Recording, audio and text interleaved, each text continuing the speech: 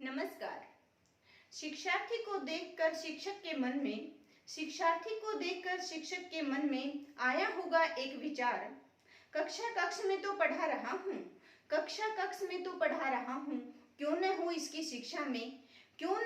शिक्षा में डिजिटल और ऑनलाइन शिक्षा का समाहार। जी हाँ, मैं बात कर रही हूँ मिश्रित प्रणाली शिक्षा के बारे में, जिसको ब्लेंडेड शिक्षा भी कहा जाता है।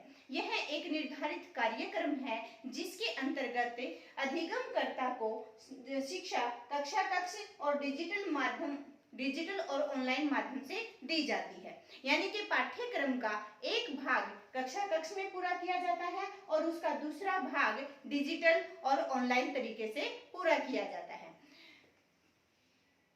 जो हमारा ब्लेंडेड शिक्षा का जो कार्यक्रम चला हुआ है उसको 6 भागों में बांटा गया है। पहला है रूबरू संचालन, रूबरू अर्थात आमने सामने। इस भाग में अध्यापक जो है पाठ्यक्रम को कक्षा कक्ष में बच्चों के सामने डिजिटल उपकरणों का प्रयोग करके देता है। उसके बाद बारी आती है नियमित आवर्तन की। नियमित आवर्तन के अंदर बच्चे कक्षा कक्ष में ग्रहण किए गए अपने अधिगम को इंटरनेट के जरिए से आगे बढ़ाते हैं।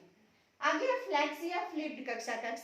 इसमें कक्षा कक्ष को डिजिटल या ऑनलाइन उपकरणों से ऐसे तैयार किया जाता है जिसमें लगभग पाठ्यक्रम जो है वो ऑनलाइन तरीके से या डिजिटल उपकरणों के माध्यम से पूरा किया जाता है। अध्यापक इसके अंदर एक मार्गदर्शक का, एक निरीक्षण का काम करता है।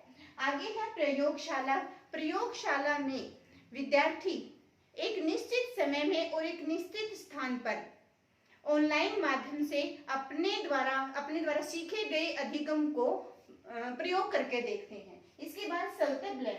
स्वतः मतलब खुद ही, स्वयं ही। इसमें विद्यार्थी इंटरनेट के जरिए या ऑनलाइन क्लासों के जरिए अपने पाठ्यक्रम की दोहराई करता है। उसके बाद बात आती है ऑनलाइन संचालन की।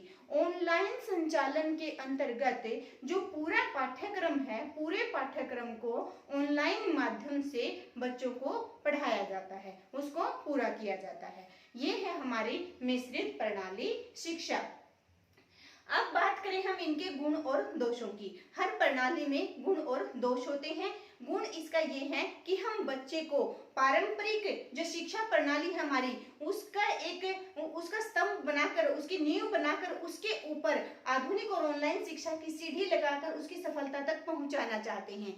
दोष ये है कि कभी कभी इन चीजों का प्रयोग करके बच्चा बिना निरीक्षणकर्ता के अपने रास्ते से भटक जाता है डिजिटल साधनों का प्रयोग करके। लेकिन हमें इन बातों का ध्यान रखना है। अपनी बातों को मैं यहीं पर विराम देना चाहूंगी। धन्यवाद। जय हिंद, जय भारत।